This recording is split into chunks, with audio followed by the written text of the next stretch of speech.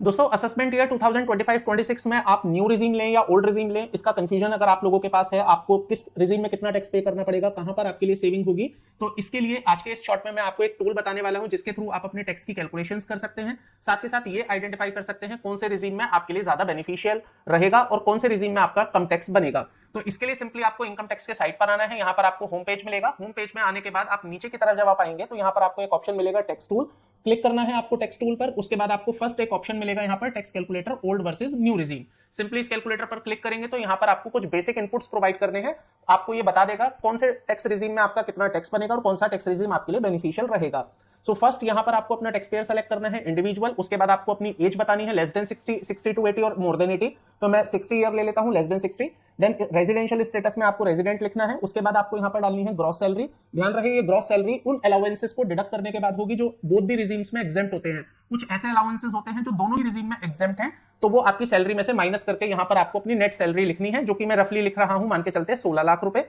इसके बाद दोस्तों फिर आपको यहां पर नीचे आना है और आपको डालना है amount deductible from gross salary except the standard deduction. Standard deduction आपको यहां पर माइनस नहीं करनी है, मतलब इंक्लूड नहीं करनी है, which is not allowed under the new regime. इसका मतलब ऐसे भी कुछ अलाउंसेस हो सकते हैं जो न्यू रिजीम में अलाउड नहीं होते हैं, जैसे एचआरए हो गया, मेडिकल अलाउंसेस हो गए और बहुत सारे अलाउंसेस जो न्यू रिजीम में आपको अलाउड नहीं होते हैं, वो आप यहां पर लिखेंगे बट ओल्ड रिजीम में अलाउ होते हैं। तो मान के चलते हैं वो मेरे अलाउंसेस है 3,50,000 रुपए के। उसके बाद फिर आपको डालना है income other than salary and special rate income. तो सैलरी के अलावा आपकी कोई इनकम है और स्पेशल रेट के अलावा आपकी कोई इनकम है, जैसे अदर सोर्सेज की इनकम हो सकती है, आपको हाउस प्रॉपर्टी से कोई इनकम है, वो सब टोटल आप यहां पर डालेंगे। तो मेरे केस में मान के चलते हैं 5,80,000 रुपए बना।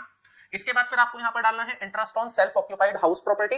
तो जो भी आपने इंटरेस्ट पे किया है, interest on home loan for a self occupied property, वो आपको यहां पर मेंशन करना होगा। तो मेरे केस में मान के चलते मैंने पूरे साल भर में इंटरेस्ट पे किया है 2,75,000 रुपए का, वो मैंने डाल दिया। इसके बाद फिर आपको यहां पर डालना है डिडक्शंस और exemption allowed under new regime, क्योंकि न्यू रिजीम में आपको 80 सीसीडी 2 का डिडक्शन मिल जाता है और एक डिडक्शन और है जो आपको न्यू रिजीम में मिलता है, वो आप यहां पर डाल दीजिए अगर है तो मैंने यहां पर डाल दिया लेट से 72,000 रुपए।